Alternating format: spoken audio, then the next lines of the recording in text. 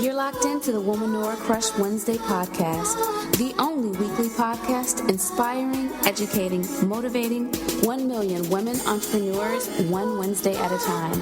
The WCW Podcast is fueled by the purpose formula: passion plus purpose plus profit equals success. And here are your hosts, Jen and Modi.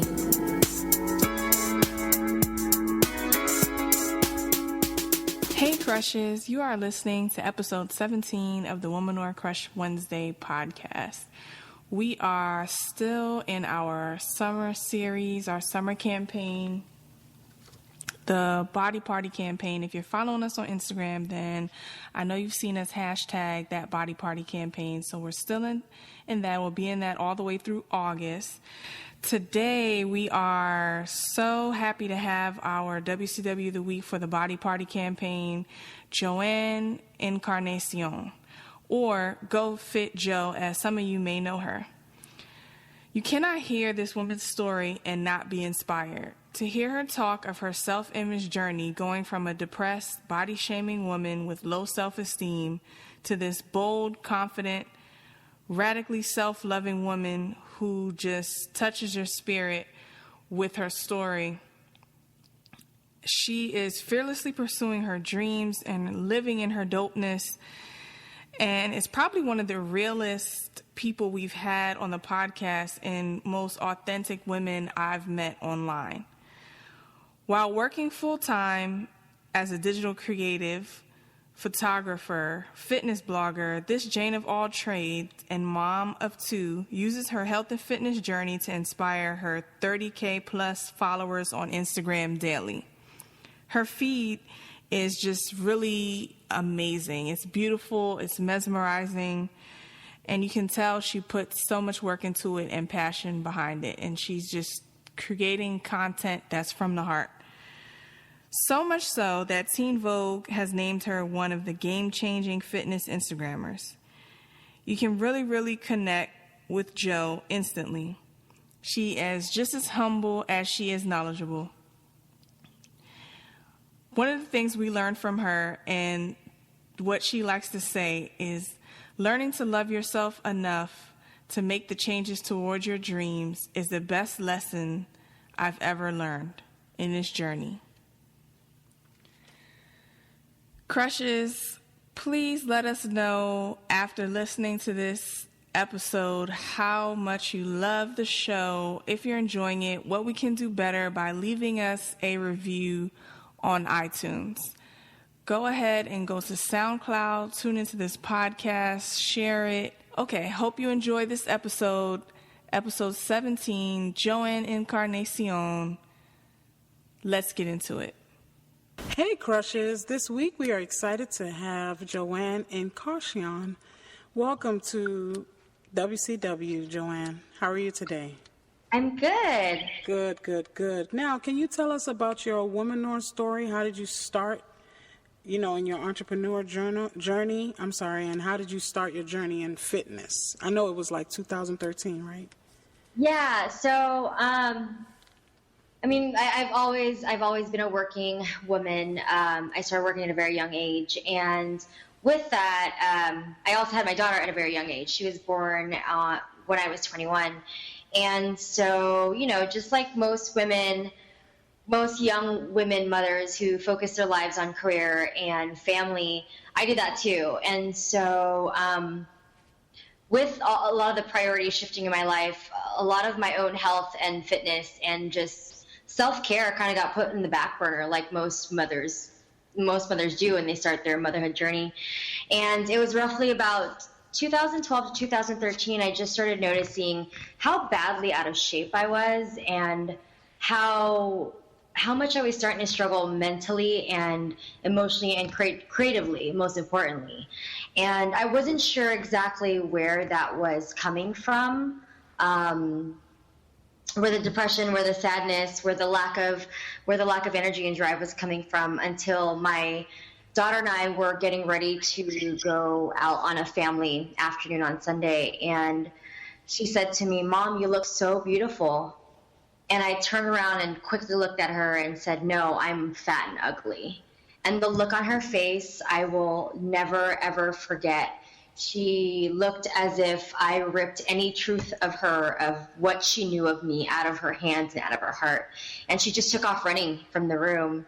And it was that moment where I said to myself, oh shit, this is what's making me unhappy. It's my self-image. It's the way I look up, it's the way I feel about myself and who I am. And it's affecting more than just me. Like, you know, that moment was truly a kind of an eye-opener of like, whoa, this is affecting more than myself. This is affecting my daughters. This is affecting my family. This is affecting how I am at work. And so from then I just decided to really embark on a journey that would ultimately change and pave the way that my life is now. Mostly starting on just trying to change my nutrition and trying to incorporate working out and exercise in a really busy lifestyle. But yeah, that's pretty much the start of it. Wow.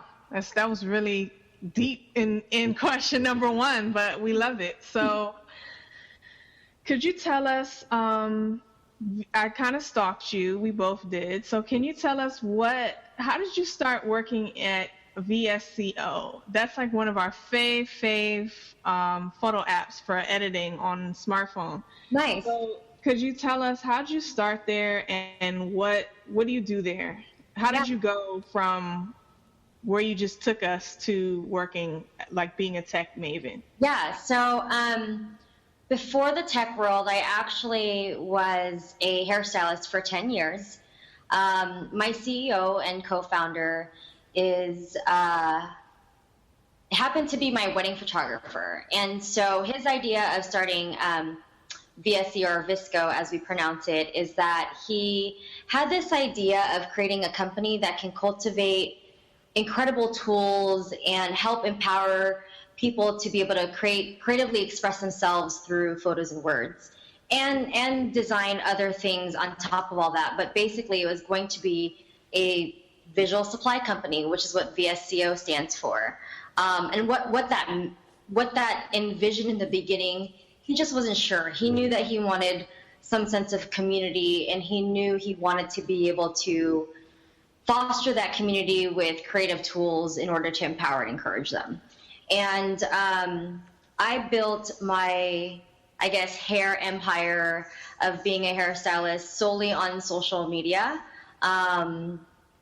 And he sought me out mostly because of how my husband and I also were able to build our wedding photography business based on social media and connections and community and whatnot. And so I think the reason why he hit me up was because he just knew he needed some type of woman hustler who could pull together community and be the voice, be the face, always fight for what's right in a creative community, but also help to pave a way that we can cultivate a sense of understanding and self-expression without social anxiety.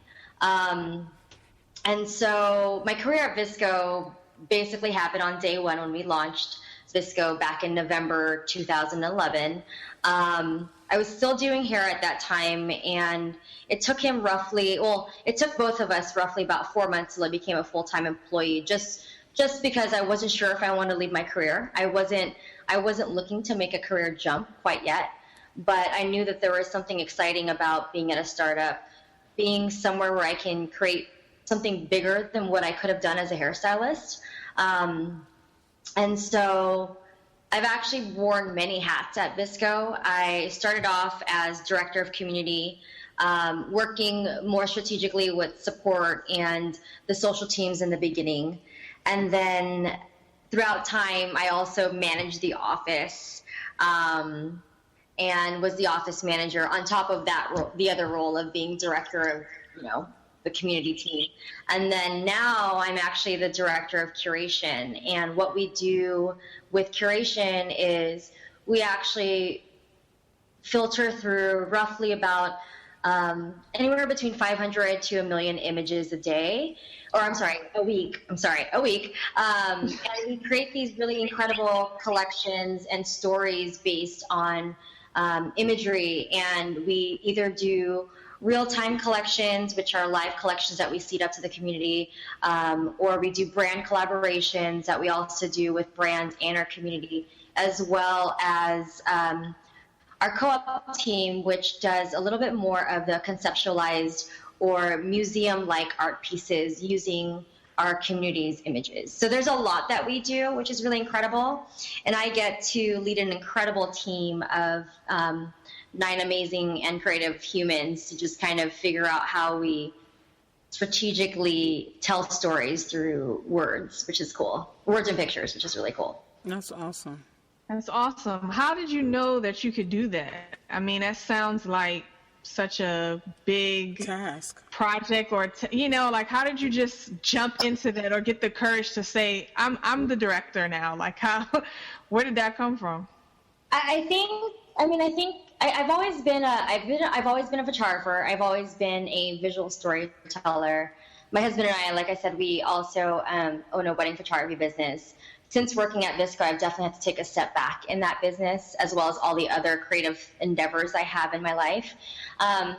However, I think the biggest thing is just understanding an image for more than a pretty picture. There's always a story behind it, right? And then and behind an image, there's always a story of the humans behind it. And I think being able to connect to the photos and the message or the story behind there, sometimes it's born and sometimes it's taught, but I think it's mostly from the heart, because it's hard to explain, but there's sometimes you see images and it moves you, right? And it's sometimes the most simplest images, and they're the most mundane photographs of everyday living, and they're not epic. They're not this crazy ass shot that somebody took, but there's just something beautiful in that very moment. And I think that's a lot of the key things that we look through when we create these storyboards or collections on images. So curating is definitely an art, and a lot of it is taking away your own perspective and then being able to see the perspective of others and changing the perspective of others through the collections of images as well. Nice. That's dope. Could you tell us you kind of touched on it, but let's go deeper into it. What personality traits or habits do you have that you think attributed to your success and made you this dope Jane of all trades that you are? Just the dopest. I think it's how do I say this without sounding like big-headed, but I think for me, when I look at myself, and the biggest thing that I take a lot of pride in when I think about who I am as a person is the fact that I'm real and authentic, and I can genuinely say that, and I can genuinely say, yes, I know I'm successful, but I'm also just trying to figure my shit out. Like, I don't have it all figured out, but I'll work through it, and I'll make something happen out of it. And I think it's just that hustling drive to just know that no matter what it takes, no matter how many failures you may come across your life, you'll find a way. And the way may not always be right, but you'll figure it out one way or the other. And I think the fact that I'm not afraid to admit my failures is probably the biggest thing. Nice. That's awesome. So how do you continue to create, fresh content and just to stay authentic and stay real, like you're saying? Like, how do you do that? Especially on social media. Yeah, that's really interesting because I remember, sharing my story on Instagram, the beginning stages of it, I guess, was about a weight loss journey, right? Essentially, it was about a woman who was trying to lose weight, trying to basically lose weight, get back in shape. And now that that's not necessarily the focus of my goals, there's definitely a sense of innovation or involvement that has to happen with any story or content or whatever you're trying to evolve yourself into. And I think the biggest thing is finding the vulnerability in the moment if you are going to be a storyteller or a content creator or somebody who is putting together content or curating content for any, whether it's a marketing piece or personal piece, it's being able to make sure that that ties back to a holistic story. And at least speaking for myself, I know that I've never really wanted to be a woman who's solely known for her weight loss journey. I always say that there's more to fitness than the perfect body. It's all about getting your shit together. And so if I can continuously go back to that heart-to-heart message of getting your life together, then that is always how I will, I guess, create content or face content or innovate content. Okay, true. Thank you for those gems. We call anything that we love that's going to inspire or educate or empower our audience, we just call them gems. So nice. Hashtag gems. We have a summer campaign. It's called The Body Party. Okay. So we've been hashtagging the Body Party campaign on Instagram. So it's all about promoting positive body image and brand image. So can you speak to some gains in all of the work you've done around self-image and body acceptance? Yeah, I think for me the biggest transformation was viewing my stretch marks for strength marks. And I don't exactly... I can't pinpoint the exact moment of when that switch happened, but I do remember my daughter, my youngest daughter, genuinely asking me one day, "Mom, what are those marks on your belly?" And, I mean, most women get stretch marks over their belly from being pregnant and birthing things. It's a very natural thing to happen. And for most mothers, I feel like there's a sense of body shame that we put on our stretch marks from that, because it's hard. It's really difficult to look at your body post baby if it doesn't bounce back into change, almost wondering, wow, did this really change me, right? Like, it's a constant reminder of change. And when my daughter asked me that, her name is Olivia, by the way, the little one, I looked at her and I said, "Oh, yeah, my stretch marks, you guys gave them to me." And she was like, "Will those ever go away?" And I said, "No, baby." And she goes, "Does it hurt?" And I said, "No, actually, they're my strength marks." And she goes, "What's that?" And I said, "It's my reminder to keep going. It's my reminder that the reason why I do what I do, whether it's fitness and life, all the struggles, is for my kids." And I think that was the biggest moment for me to accept those. Like most women, we're rubbing oils on it. We're trying to get rid of it. I've researched tummy tucks. I've researched light surgery, laser, whatever, to think about ways to bring my body back, whatever. And at that moment, I was like, you know what? They are my reminder. They're going to be my scars forever, because they're there for an intention and purpose. And if I can change the way I look, change the way I view these, or change the perception I have on my strength marks or stretch marks, then they'll serve me a different purpose, rather than a reminder of what I lost. It's going to be a reminder of what I've yet to gain. And so, yeah, that to me was the biggest form of self-acceptance. Awesome. I love that. So we didn't know who was going to ask the next question. So if there's a young woman that's looking to get started in the online fitness industry, I know that you mentioned before, on your blog, about fitpreneurship.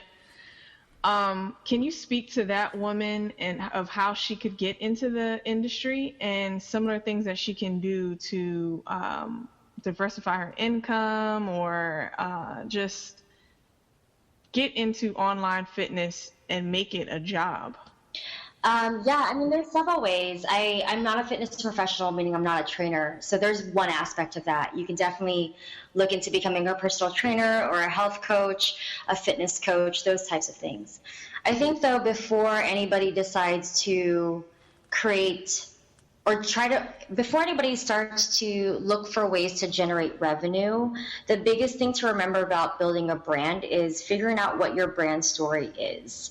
I do get questions all the time about, hey, I've seen you're starting to work on brand collaborations and you've got these sponsored posts. Some of them are paid, some of them are gifting opportunities. But I think the biggest thing of what attracts brands to work with me and what I find significant with the brands that I work with is that our stories can align with one another, and the messaging is organic, it's authentic, and it just collides in a very synergistic way. And so my biggest advice to anybody starting any form of business, whether it's personal or a large corporation, is know your brand story first. Know yourself, know what you're trying to do, know your messaging, because that message is going to be the one that you want to sell. And if you don't understand where your selling points are for your own personal brand yet as a fitness entrepreneur, then figure it out. And if it even is just a simple messaging of, I'm just trying to encourage a healthier, fitness life for young 20-year-old women, then figure out ways within your life as a young 20-year-old woman that will help to associate those to you and help them relate to you as a young entrepreneur or as a young fitness mogul or woman. Okay. So that goes to the next question. What is your legacy? And what do you want to be known for? My legacy. It's funny because I feel like every time I do get a chance to think about this question, it changes all the time. So I think for at least the 2016 motto, if I was to unfortunately leave this earth by the end of this year, the legacy I want to at least leave behind is that she was a woman who wasn't afraid to choose bravery and courage over perfection. I'm about to cry. I just got deep on myself. Shoot. Anyway, so yeah, I think there's so much unfortunate, like, manicured and polished and perfection on over social media and the world today. And I think that's incredible. And I get it. My feed has a bunch of pretty pictures. So, people who might be hearing this might be thinking, well, okay, her feed's like really pretty. I am a photographer, so that is that against me. I naturally love to see beautiful imagery, but there's a lack of vulnerability that we have in terms of telling our stories with one another. And I think that unfortunately creates so much angst and so much confusion and disruption and lack of understanding. Mm-hmm. And if we can choose bravery and courage and reach out to one another, tell our stories without feeling hurt or without feeling shame, then we can heal the world in so many different ways, right? Yes. And so, yeah, I think at least in this year, that is what I want my legend to be. Yes. So what drives you daily? Coffee. A lot. Hashtag facts. Do you make your own coffee, or you like Starbucks, or do you have a certain brand you like? I'm lucky enough that here at work we have an espresso machine and they make incredible coffee, and I'm currently actually drinking a glass of cold brew coffee right now. So I'm lucky that I get like a beeline into my veins of coffee every day. But I think what drives me daily is, and I've said this before on my Instagram, what keeps somebody on day one is determination for change. What keeps someone going on the journey is grace and self-forgiveness. And for me, at least, like, I know I'm going to fuck up every day. Sorry if I'm not supposed to cuss on your You're fine. podcast. Be free. Be you. I know I'm going to mess up. I know I'm going to make mistakes. I can own up to that. And I think the more I know that I'm not perfect, I'm just going to keep putting my best no matter what it is. And and as cheesy as it sounds, really what motivates me is my daughters. But not only that, like the young generation of women that's yet to come. Because I always believe that if we can't teach our young women how to stand up for themselves and their honest truths, then damn, we are going to be a jacked up world in the future. And so for me, I think it's always knowing that I'm somebody's role model, whether it's my daughters or if it's, peers, or if it's my followers on Instagram, or if it's my coworker or the people I manage. I'm someone's role model. Yes. And that puts a lot of weight and responsibility, but one that I'm proud to actually wear. Yes. That just inspired me. We have a mantra, Joe, on this show that we call the purpose formula. Okay. And that's purpose, passion, profit equals success. Could you tell us about your purpose formula? Yeah, I think my mantra is better than yesterday, stronger for tomorrow. And I think ultimately what that can relate to in all areas of life is really just kind of knowing that you're moving forward no matter what. And even if it is going to be a mistake, you're going to figure out how to make success come out of it, because you have to learn from your mistakes, right? And so if you can be better than yesterday in terms of the effort that you put in, then you're already being successful for a stronger tomorrow. And whether that means you're trying to generate revenue, or if you're trying to work towards a fitness goal, or making a new business model, or some type of marketing campaign, then knowing that you can look back at your yesterday and find things that you can improve for your future is always going to make it a stronger day. Oh, yes. Awesome. Definitely. Okay. Oh, so that's your formula? I love your formula, by the way. It's simple. Yes, very simple. Usually we get people that, their formulas are pretty 20 minutes long. And usually they take a long time to answer that question. Yeah, so they're trying to figure it out. They can't. Right. But I've always just I know that generating revenue and profit is really important, but sometimes I think the profit of the heart is going to be the biggest one.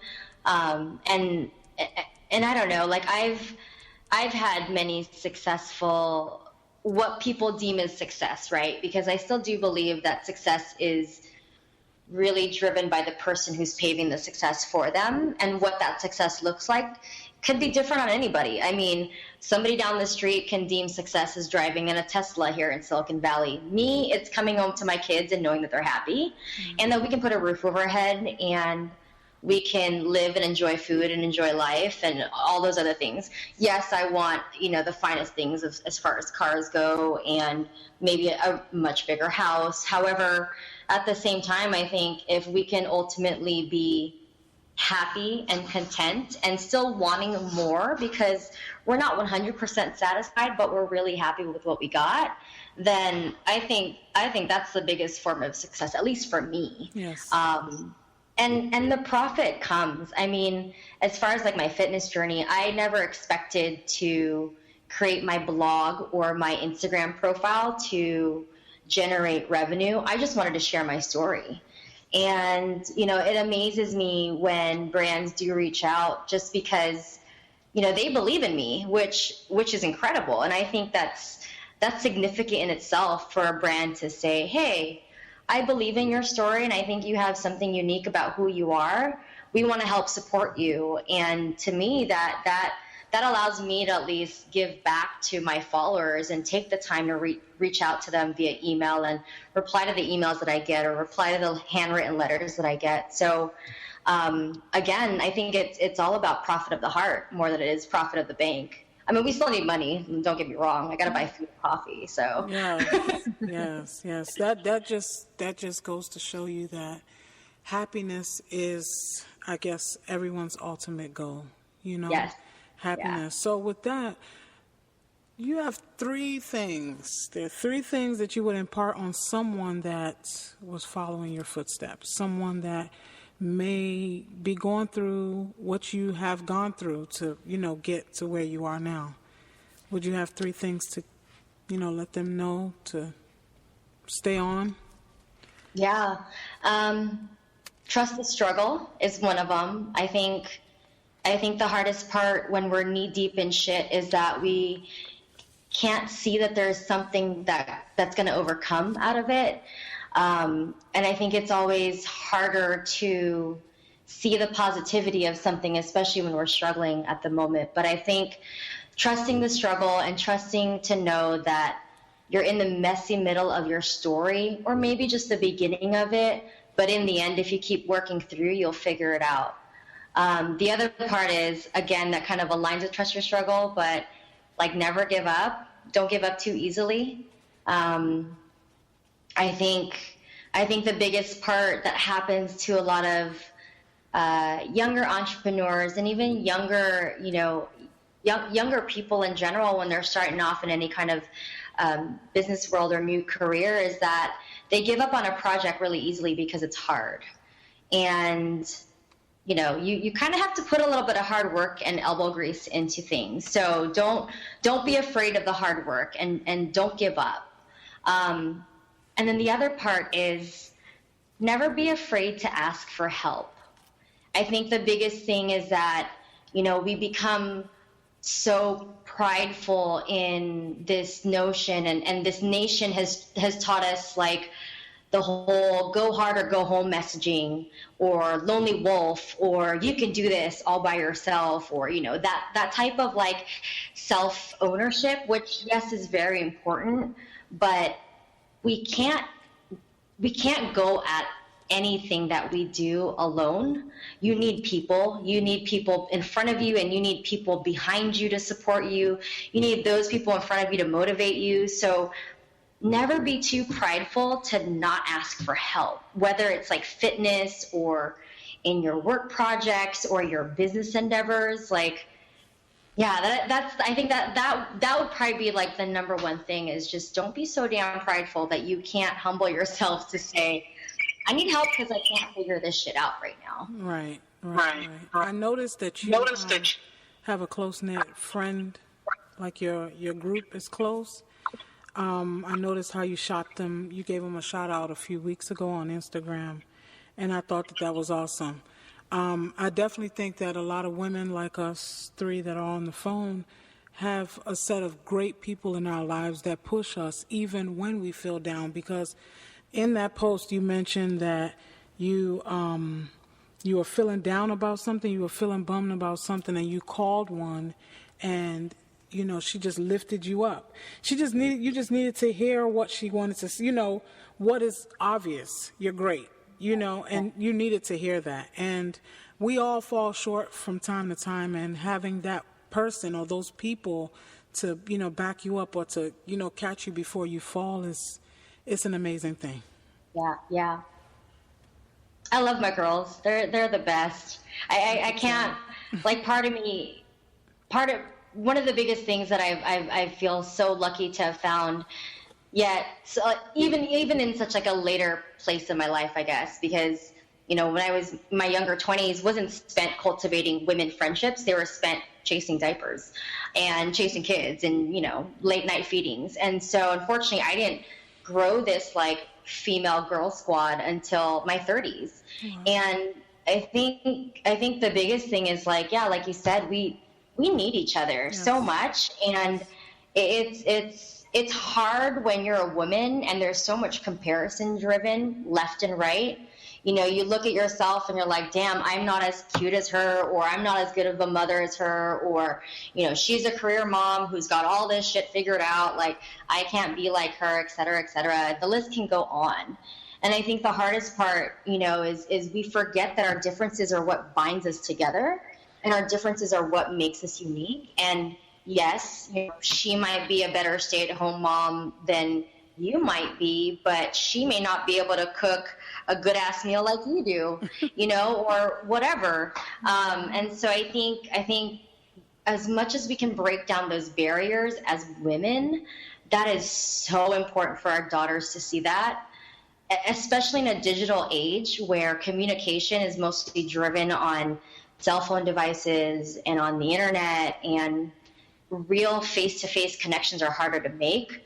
It's important that we can still be able to embrace this womanhood culture with one another.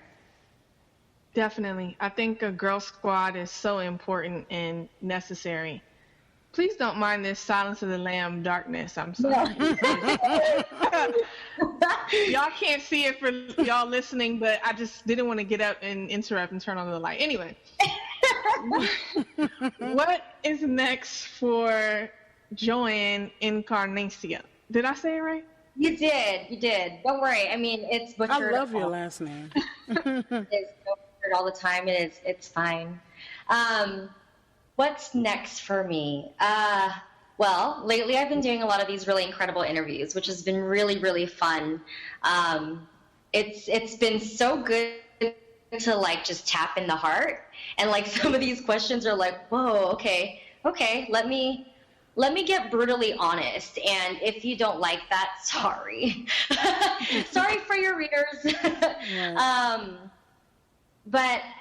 And then the other thing that I'm doing later on this year, which I'm really excited and scared shitless for, is I'm actually speaking at this incredible women's retreat in September called 9 Retreat. So that's going to be really awesome. It's my first ever speaking engagement.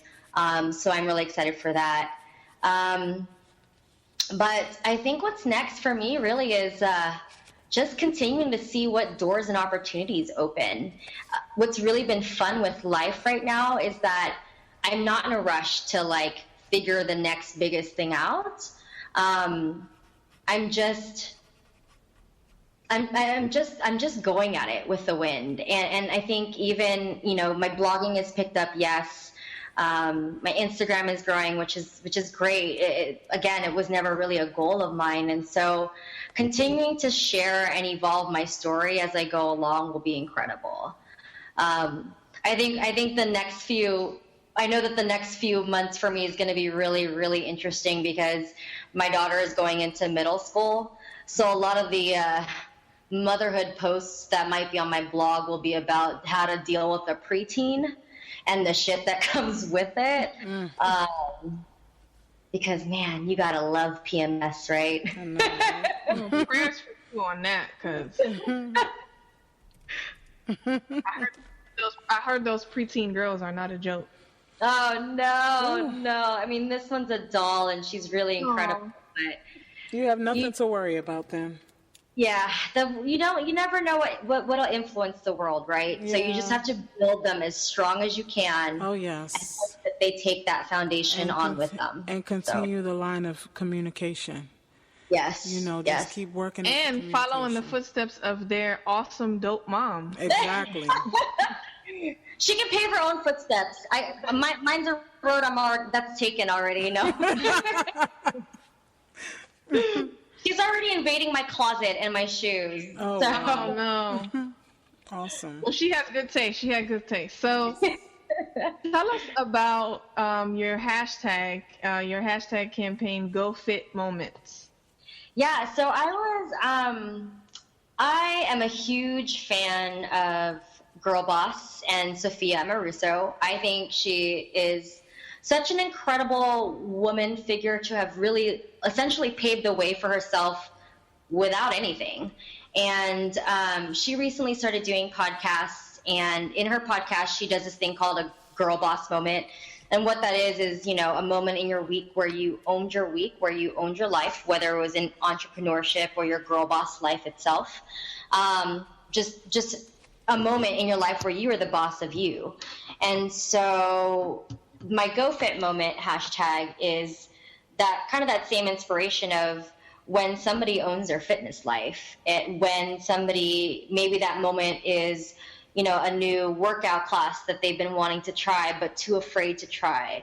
Maybe it's them upping their weights from the week before, or maybe it's them actually taking a rest day and throwing down some bubbles and candles and sitting in a bath, and just really taking care of themselves. And so GoFit Moment was mostly a way for us to celebrate these non-scale victories and to say heck yes or hell yeah. Like I was able to hit this bump in the road and overcome it, and let's kind of celebrate that. Let's talk about that. I think the fitness world is so driven on scale results and weight loss in terms of numbers, pounds, inches, etc., that we forget about the things that we gain out of it, which can be friendships or relationships or self-confidence and all those other things.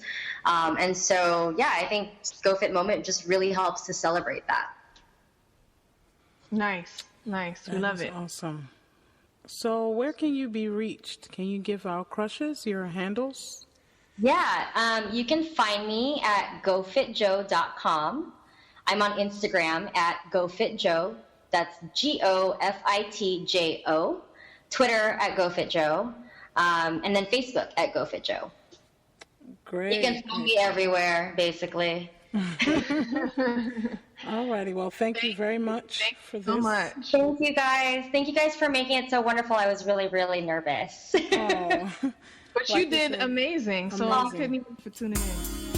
Thanks for tuning in to the Womanore Crush Wednesday podcast. Be sure to tune in next week for Girl Talk with Jen and Modi, along with some of your favorite business crushes, more exclusive business tips, insights, creative business ideas, and doable action steps to improve your business and help you create your phenomenal life. Sharing is caring. Don't forget to tell a friend to subscribe and stay tuned for a weekly dose of the WCW Podcast. Crushing hard on the Womanore and want to hear her story on the show? Know a creative woman-owned business that's killing it? Let us know at womanorcrushwednesday@gmail.com.